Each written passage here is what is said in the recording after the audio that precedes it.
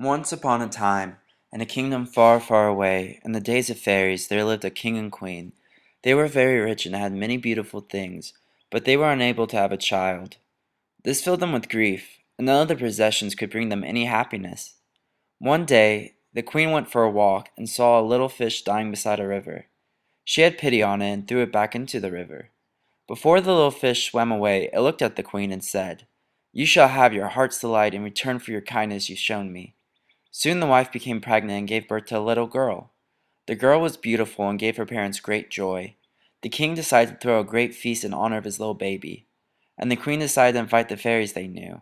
In their kingdom lived 13 fairies, but they only had spots for 12, so they left one out. The fairies each gave gifts to the little princess. They gave her goodness, beauty, riches, and all the good things in the world. When 11 of the 12 had blessed her, the 12th was about to bless her when the 13th fairy came into the dining hall on a broomstick. She was offended that she had not been invited, and so she laid a curse that when 15, the princess would prick her finger on a spindle and die. The 13th fairy left. The 12th fairy changed the curse into a slightly less harsh one.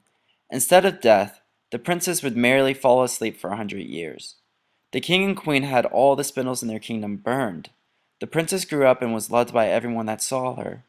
On her 15th birthday, she went exploring and found an old tower with a spinning wheel in it. The princess pricked her finger on the spinning wheel and fell into deep sleep. Everyone else in the castle also fell asleep, and a huge patch of thorns grew up around the castle.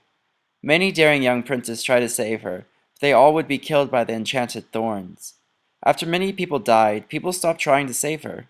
But after many, many years, a prince came into the land and heard the story and decided to try and save her. When he arrived at the castle, it was exactly 100 years to the day, and the thorns were replaced by beautiful flowers. He climbed up to the tower where she was sleeping and saw that she was indeed very beautiful, so he kissed her. She woke up and all in the castle woke up, not realizing that they had been asleep 100 years. The prince and Briar Rose married, and they lived happily ever after.